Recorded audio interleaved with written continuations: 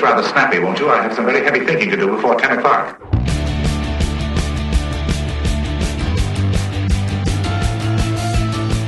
Hey, welcome to another episode of Get It Right Texoma with the Texoma Trio. I'm Mike Hendren. This is Terry McAdams. That's Trey Serrala. Welcome to the show. Glad to have you here. We will have a very special guest with us here in just a few moments. You may recognize that guy on the end over there. We're going to get to him momentarily. Lots of pins on that hat. Yeah. Surprised you didn't fall over forward with that hat. No. The hat's got to weigh 12 pounds in the front and nothing in the back. Don't deflate anything. Yeah.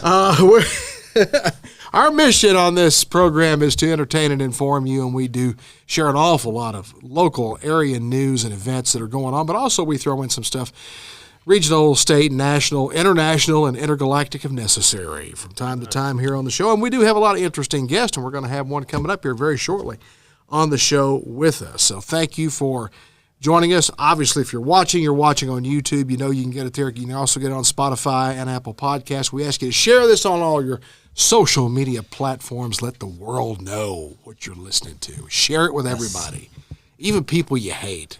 Just share it with them. Yeah, what the hell? As long as they watch it, doesn't matter. I don't care. Yeah. We don't care. You know, liking us is not a prerequisite for watching the show. I mean, just nobody watch really the show. Anyhow. In fact, click the like button. But tell us that you don't like it too. Yeah, I mean, and tell us your opinion. I mean, we're not going to hurt you. Yeah. No, we don't. We're big boys. We can take it. Yep. We can. Anyway, we got a few things going on around the area we're going to jump into here. The Hotter Ale Bar Crawl is coming up. This is Hotter Ale. Hotter Ale. Yeah. In conjunction with the Hotter Hell 100. That's right. Yes. Which, for those of you that don't know, the Hotter Hell 100, it's an annual 100-mile bike ride. There's several levels of ride. And there's also And actually, we're going to talk about that in our second show as well. Yeah, there's a sanctioned race that comes up. But anyway, race. This is done in conjunction with that. This is their third or fourth or I don't know how many years they've been doing the Hotter Ale. Yeah. But anyway. It's going to be a murder mystery this year. Ah. Yeah. Whodunit. Whodunit. Whodunit, as they say in England. Well, the Broken Tap is involved. IBEW. Who is that?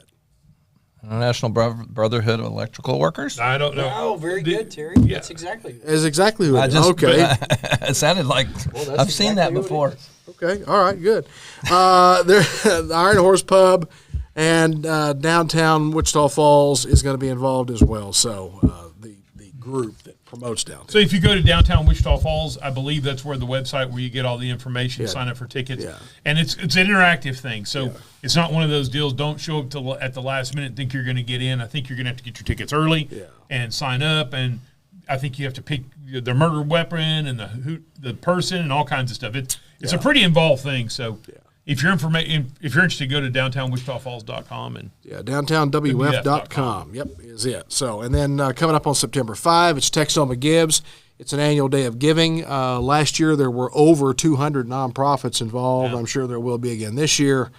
And the idea is that on that particular day, all of these nonprofits come together and solicit donations from everybody. Yeah. And it's this is, I don't know, the 8th or 9th year we've done it, I think. It's grown in success with each year that we do it. So it's a growing thing. Did it replace the big the CFC thing or what? Or is that still a thing? I'm not sure. Or was CFC only the base? I don't know. Okay. I'm not sure. But yeah, it's called Texoma Gives, but keep an eye out for it. It's coming up September 5th. Yep. All right. Hey, we've been featuring a local restaurant now and again here on the program. We a locally owned, family owned, usually restaurant here in the area. Every show we talk about somebody. And this particular week we're talking about McBride's Land and Cattle. This would be the downtown McBride's location that's very close to your right operation. Down the road, yes, sir. Yeah. You can almost throw a rock and hit them. Almost. Yeah. But McBride's Land and Cattle, this is part of the original McBride's family of restaurants. I don't think it's actually owned by anybody in the McBride family anymore. I don't believe so, but I believe this was the original steakhouse. Yes. I think this was their original steakhouse. Yeah, they had this one. They had this steakhouse. They had one on Seymour Highway, US 277, years ago. But this was the original one. In fact, they still have the wooden Indian statue what's left of it out front. Out front, What that's hasn't rotted away yet Yeah. is still out there. I'll be honest with you. I think they're the best steaks in town. It's they're that pit, that grill that they've been cooking these steaks on has been seasoned. I mean, it's, Yeah. you know, I think this. I believe this was built in the '60s. I'm not 100% sure when it was built, and that pit is seasoned, and you get that same flavor and everything like that. I think they've got great steaks. And by the way, don't sleep on the hamburger. No. If you're a hamburger person, that is one of the best places in Wichita Falls to get a hamburger. But I believe that their steaks rival your Roost Chris and things like that. I prefer a McBride steak over a Roost Chris steak. Wow. And a Bob's Steak and Chop House. Bob's Steak and Chop House and Roost Chris are overpriced. To be honest with you, they're pretty good steaks, but they're not amazing. I think it's as good as a Saltgrass steak in the Dallas-Fort Worth area. Well, this is locally owned, locally operated, great place, downtown Wichita Falls. I'm not sure the address, but it's on Scott Avenue, North Scott Avenue. It's on the corner of Fifth and Scott. Fifth and Scott. Fifth and Scott. So really easy to find. So check them out and tell them you heard about it on Get It Right Texoma with us. That's right. Just say those guys. They'll know what you're talking about. Yeah. Let's see. We do want to cover one story here, don't we? The Wichita Falls superintendent, Donnie Lee, has had his contract extended for 3 more years. That's correct. He will be with us through at least 2027. Apparently, the board was satisfied enough with his performance that they said, "Yeah, stick around a little longer." He passed his interview, I guess. Yeah. 1 year. Was it 1 year? Yeah, he's been here probably close Right, to a yeah, I was year. gonna say, Yeah. yeah. So he did a kind of a 1 year deal there. He walked into a tough situation. Oh. I mean, there was a lot hornet's of nest. decisions that had to be made, and I've gotten to know Donnie or Dr. Lee some, and he seems like a very stand up guy. His story's fascinating. We had him on the radio as well. The radio show, his story kind of came from poverty and single mom and bounced around and dyslexic and that sort of thing, and he's kind of come out of all that, and now he's a superintendent of Wichita Falls ISD is a medium-sized, it's a school district in the state of Texas. It's not there's a lot smaller school districts. There are a few bigger school districts, but there's a ton that are smaller. Well, he came than to us WFIC. from Buddha, didn't he? Was that where he came from? No, I don't remember where it was. It wasn't Buda, I don't Or believe. Buda? Yeah, Buda. Buna. He came from Buna, I believe, which is a different place. Buna, Yes. okay. Yeah, Buda is right outside of Austin. Okay. Buna, I think, is a little further east Texas. He's got, but he came from a very small district He did come from a small that district. was probably less than 1/4 the size of the Wichita Falls ISD. And like you said, he walked into a tough situation. I mean, we were in the midst of a lot of controversy, some when he got upheaval here. and some issues with finances and stuff like that. Yes. But the finances are in shape. And I mean, the numbers don't lie. You know, the finances are in shape. Yeah. He admittedly says that there still needs to be, they're working on morale right now. But, you know, when you have to come in and make some tough decisions, you're always going to make some people angry, especially people that have been Yeah, around. well, Putting this in context, how many teachers and other employees are in the school district? When I was on the board, is roughly 2,000. Okay. There's probably a So- few less now, but there's still it's still going to probably be more than 1,800. And then you have the kids, which is a unique thing. You don't have businesses that have kids like that typically. But how many kids are there? There, last I heard, it was about 14,000. Okay, so if you throw that in context of a CEO, Oh yeah, and just the 2,000 employees alone, Yes. but he's responsible for Yes. what you said, 12, 14,000, 13 to 14,000 people, Yeah, and that is a major and about 26 responsibility. physical plants. So it's Right, all, right. when you talk about all your buildings. Yeah, so- yeah, I've said that for years. Yeah. The CEO of the WFISD, it is the superintendent is a CO. If you look at it in that way. It is a big job. It's a lot of responsibility. Oh, yeah. It's I think the budgets are still around about $127 million a year, which that's a shitload of money, by the way, that you're responsible for. But they've gotten their finances are in order. He and his group have overseen the building of these 2 new schools that are about to come online. That's a huge undertaking as well. I mean, he walked into that situation. The bond had already passed. The contractors had been hired. People they'd already broken ground, and here you go, start. And so I think he's done a great job, and I'm glad to see that the board saw fit to extend his contract. yeah. Well, I think he seems like he's a good guy, and it looks like so far he's doing a great job. And considering what he had to inherit when he got here. Yeah, it wasn't easy. Not an easy thing. Well, there's a lot of people that probably would have looked at the situation and went, no, I'm not going there. Well, I'm sure that there were. I mean, I'm sure that was probably one of the reasons that he ended up here was because this probably wasn't a very attractive, at the time, a very attractive offer for a lot of people. It was very unusual for a superintendent to be hired in the WFISD from that small of a district. Mm-hmm. That's never happened before, or in modern times. I mean, it might have happened way back when. Because generally, you need to be a superintendent of at least the size of a Burke or something like that, a 10,000 or a 8,000 student population and stuff like that. Generally, Wichita Falls is a stepping stone. That's why usually you don't have superintendents to stay here very long. Yeah. This is the stepping stone. Mm-hmm. Abilene, Wichita Falls, places like that, Tyler, stepping stones. Right. So, anyhow. Yeah. Well, cool. Well, we congratulate him and look forward to it. I'm sure he'll be a guest back on the show. We've already rescheduled him. So he's going to be back on. Yep, he will be back in. I don't have him on the list here. He knows he waited until the contract was renewed. Yeah. But no, he's back on the schedule already. Okay. All right, good deal.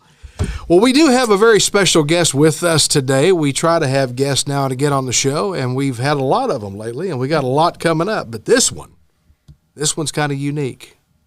Not just because of that hat, but because he spent 117 years in the car sales business, trained by Henry Ford himself. I kid. Gaston Chevrolet, he sold Chevy for a long time. Mike, you are too kind. Well, and you know what? He is he may be the most nicest guy I have ever met. Yeah.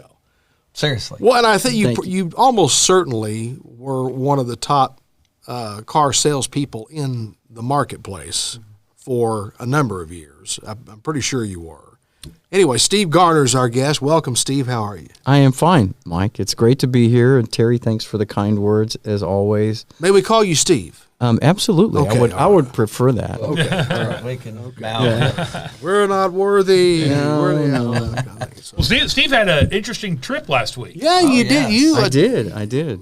Well, in addition to being in the car sales business for many years and all the other stuff that you've done, you've also been very deeply involved in Republican politics in this area, have you not? I've been very involved in the Republican Party and the working part of that. I have been so blessed to spent actually since 2009 is when I really got involved. I mean, I spent my young and mid-adult life voting like most every American does. Sure. And just expecting that right would prevail and good would win. That was just my that was my personal belief. And in 2009, when the country was in the deep throes of Congress trying to ram the Affordable Care Act down our throats, I, like millions of Americans, got upset, and I called my brother who lives in Oklahoma. I said, hey, you want to go to Washington, D.C.? They're having a march on the Capitol about this Affordable Care Act they're trying to get passed. And he says, sure, what are we going to do? And I said, well, we're just going to go up and, be part of the march. And he said, do we get to carry signs? And I said, maybe we do, maybe we don't. I don't know. My brother and I went, and it was the most, up to that point in my life, that was the most life-changing public event I'd ever been involved in. To be in Washington, and the numbers of the crowd varied depending on which news service you look at, but I was in the middle of it, and there were 300 to 500,000 people there.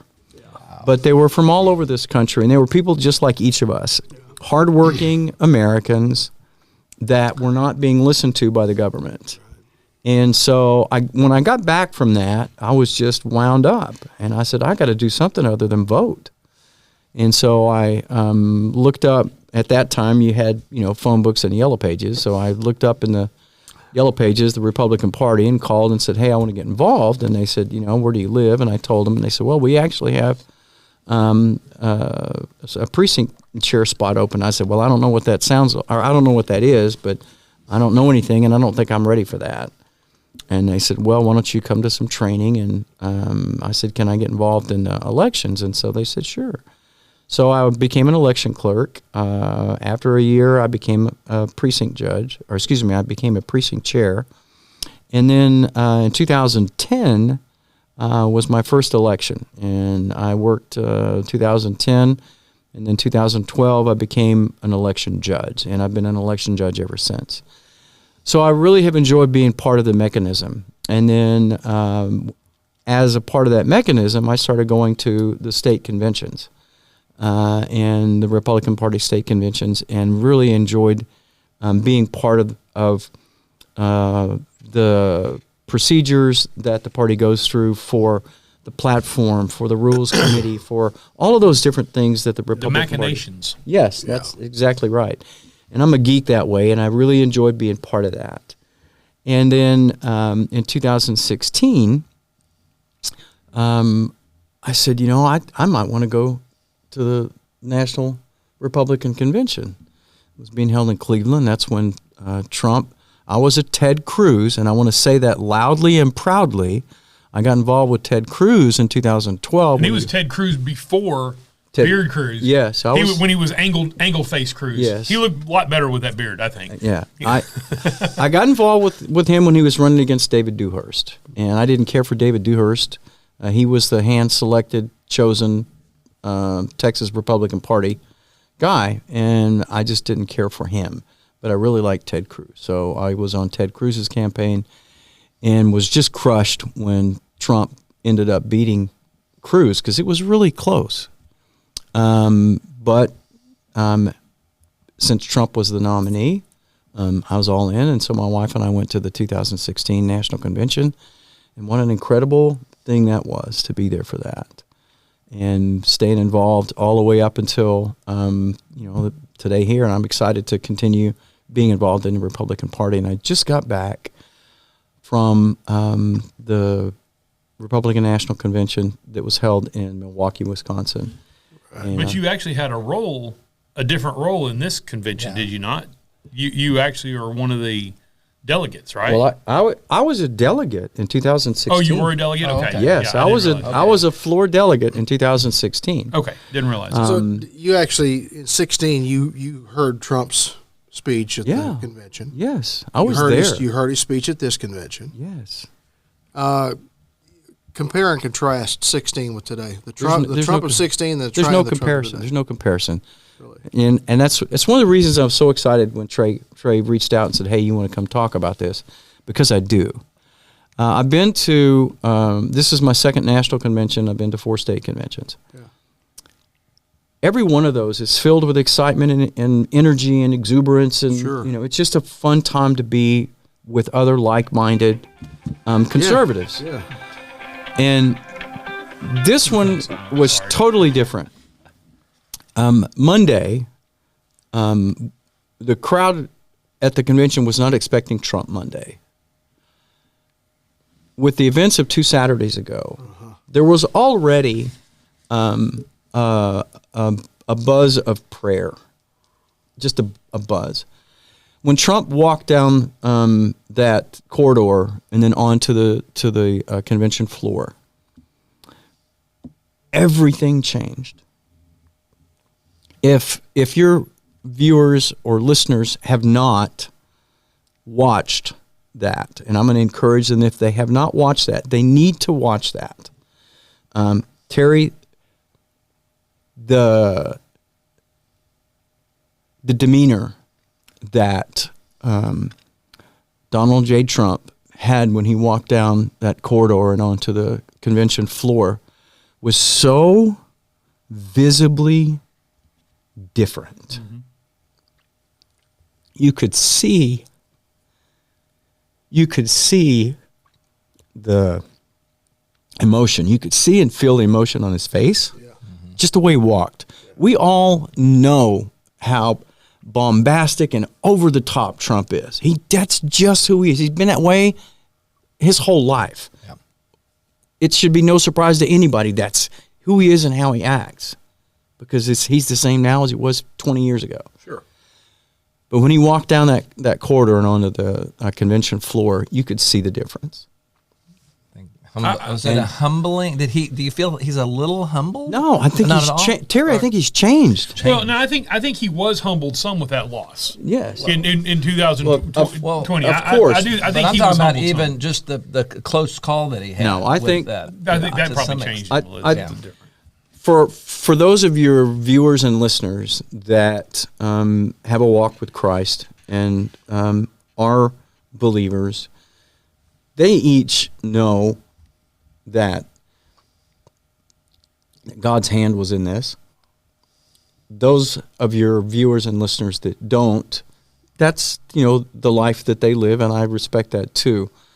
But being in that room at that time, and for the next 4 days, and it doesn't matter which of the medias you want to look at, they all were in the room and all made comments about that. If you look, and you can pick any of the speakers you want. They're all on YouTube. They're all out there for viewing. But you can pick any of the speakers you want. And almost all of them were reverent and thankful, and in some cases prayerful in the message they brought to the convention. And it was powerful to be there, because that room was spirit-filled each day. Yeah. And even CNN and the BBC, those broadcast entities that aren't fans of us or fans of the way we choose to honor our God could feel it. Yeah.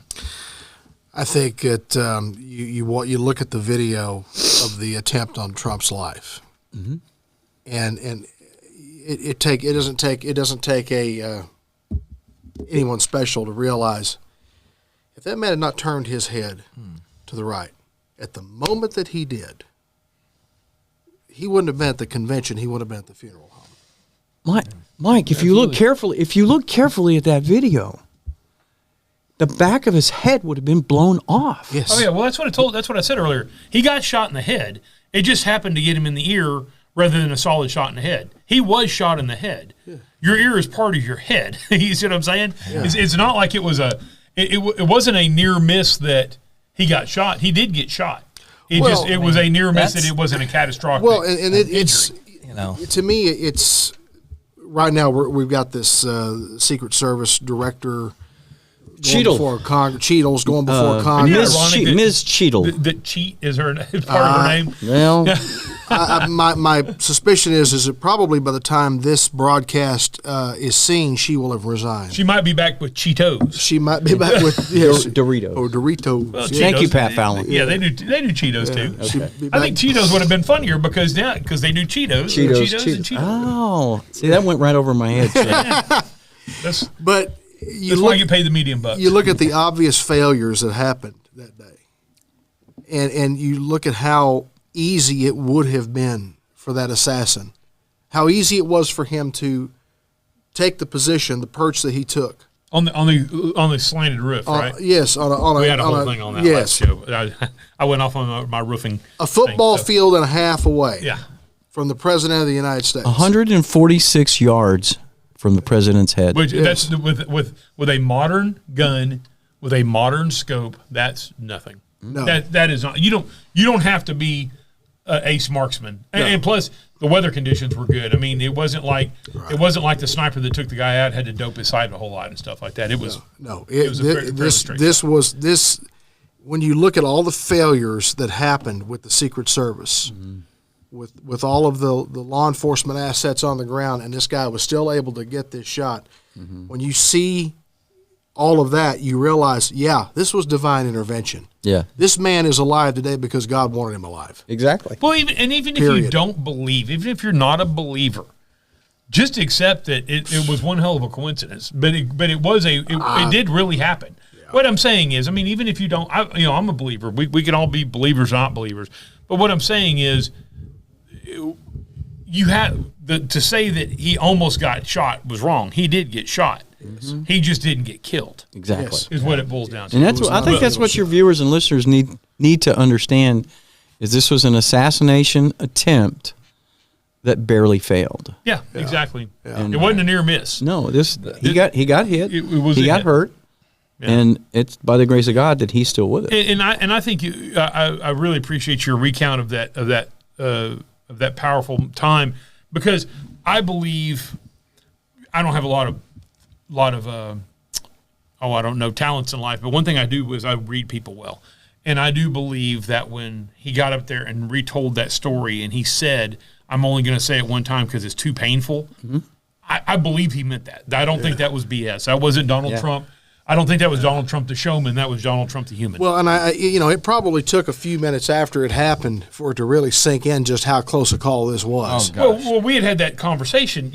When you're in a fight that could be part of your life, if you're in combat or if you're in a gunfight or even if you're in a fist fight that is serious, the people are on the other side it's you or them. Yeah, your adrenaline is pumping and you have that fight or flight syndrome built into you. But it took an enormous amount of courage for this guy to be standing there talking, get shot, go down, and within 2 minutes compose himself and come up to fight. Yeah. That guy's got a lot of fight or flight, a lot of balls, whatever you want to say. Well, and he's 78 years old. Exactly. We're not talking about a young man here. Yeah, we're not talking about 26-year-old MMA fighter. Yeah, we're talking about a 78-year-old man who, frankly, doesn't have to be here. He doesn't have to do this. No. He's certainly not in this for the money. Yeah, because he doesn't need it. Yeah, he's in this for other reasons, and I think this election had already felt different before this happened. Man, this really changed everything. Let me tell you how I feel everything changed for the Republican Party. One of the things that you can look historically on is the strength and cohesiveness of the Democratic Party and their ability to stay cohesive and on message. Yeah, absolutely. And you can look at the Republican Party and you can see historically how they have such strong factions in the Republican Party. And that's never going to change simply because of the nature of the Republican Party. It's a party of ideas and individuals and desire for improvement in different areas. Sure. As opposed to let's stick together on the direction that our party wants the world to go, which is what the Democrats do. Each party has got things that are wonderful and great for our country. The Republican Party is just totally different.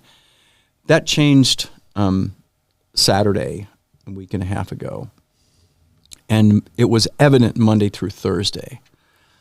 I've never been in and around 15,000, however many people are in that convention center. I've never been around 15,000 people that were more unified and aware of the opportunity in front of them. Yeah. The delegates and the alternates, I was an alternate this time. The delegates and the alternates, the guests, and everybody that was there representing the Republican Party felt and left the convention with that unified mindset that we have an opportunity for our party to be focused and on message, but equally we have an opportunity with the mood of the country to open up and embrace people that are undecided and people that are opposing or oppose Donald Trump and his policies, simply because what's right for America should be the most important thing we move forward with. Amen to that. And I just feel so strongly that that's how we as a party left Milwaukee with that strength of conviction and moving forward in prayer first. I just think we have such a golden opportunity. It reminds me of 9/11, how unified the country was at that point. We as a party, I think, have the same opportunity moving forward on a message of America first, not Republicans first, but America first. Absolutely. Well, as we're kind of winding down in here, you got another. We talked about earlier. You were in the car business for a long time. You got a new gig here. I do. And let's talk about that a little bit, because you're on it. You're not always, but sometimes you co-host a show, a local show with Hager Communications. I do. I'm gonna be on next Sunday's show. And I watch it. It's called The Social Space. It's and I record it, and I've watched it basically since they came on. Nice. And I didn't know that. Yeah, I didn't know you were our number one fan. I've been watching it. It's a lot. It's local stuff. Just like we've focused on local. Yeah. It's more interview style. It's than news type thing. There's a little bit of news, but it's mostly interview style. But there's a lot of it. Very interesting guests on that. And of course, tell us a little bit about your new gig over there. Okay, I'm going to take my Republican Party hat off. Uh-oh. I'll set it right here because I think it's stinking awesome. There's 27 separate state pins on there. I got those from delegates from other states at the National Convention, and it was just awesome. Just a side note, people love Texas, and we're up there, and we have different Texas-themed dress every day, and people stop us, want to get pictures, and it's so cool to be an ambassador for Texas. I'm back. I've traveled in different parts of the world, and I don't tell people when they say, "Where are you from?" I don't say I'm from America. I say I'm from Texas, and I've never had anybody go, "Where's that?" Yeah. Everybody No, they knows. know. And I will tell you, They know. People do gravitate to you. Yes. It is absolutely true. People do gravitate to you. You're from Texas, especially you go to Scotland. Scotland was probably the place that I got the most attention. The first time I went to Scotland was just my daughter and I, and we would have people that come and sit at our table. You know, the English won't do that. They're a little bit more reserved, but the Scottish will, who would come by and stop by and sit down and talk to you about Texas and things like that. So They just want to hear it's you right. talk. Is what it is. That's part of it too. That is part of it. They just want to hear you talk. Anyway, I'm so fortunate. Jackie Hager from Hager Communications here in town, and I've known each other for 12, 13 years and have had a conversation over the course of that time. And she said, you know, we're supposed to be working together doing something. And when I retired last year, we had a couple of conversations, and I am working part-time for Jackie in a contract marketing capacity, and I'm helping her with some accounts. But I want to share with your viewers and listeners, I've known her and her company for quite a while. And in my mind, my little old small town finite mind, I'm thinking she's just a marketing company here. Hager Communications has customers worldwide. They have been awarded in competitions where they are up against these 3,000 employee marketing companies out of California and Chicago and New York and Atlanta. Here in little old Wichita Falls, we have a company. She's got 25 or 26 employees, and these are the most, oh my gosh, I want to make sure I say this right. They are the most talented in their specific areas of marketing. It blows my mind. You got people in. You got several people in there in the graphics design department. You got people in there in the videography department. You got people in there in the world of digital buying. You got people in there in the world of copywriting. But I walk into this I just have casual surface knowledge of marketing and Facebook and Instagram and some of those things. These people know everything about the back end, the software programs, the digital breakdown of data gathering. And these are 22 and 28 and 31-year-old kids to me. I'm a little older than that. But walking into this place has just been a real joy for me. And I just absolutely it's like I'm in grade school, learning all over again. And so I'm just helping Jackie with some of her local accounts and, being a sounding board for, some other things. So it's just been a real pleasure. And I'm working, 10, 15 hours a week for her. And you can catch them on the social space. Yes. It's on KUZ. Yeah, KEZ, Sunday nights at 10:30. Yeah. And we always feature 2 guests, and then we always feature The city space. Yeah. Chris Horgan is the kind of the main host, I guess you'd say. Yeah, he is the host of the show. And then it's Jackie Hager and Andrew Bell are the usual ones on there. When Jackie travels a lot. Jackie Hager travels a lot. And that's one of the things she wanted me to do is fill in. And so I fill in there once a month, sometimes twice a month.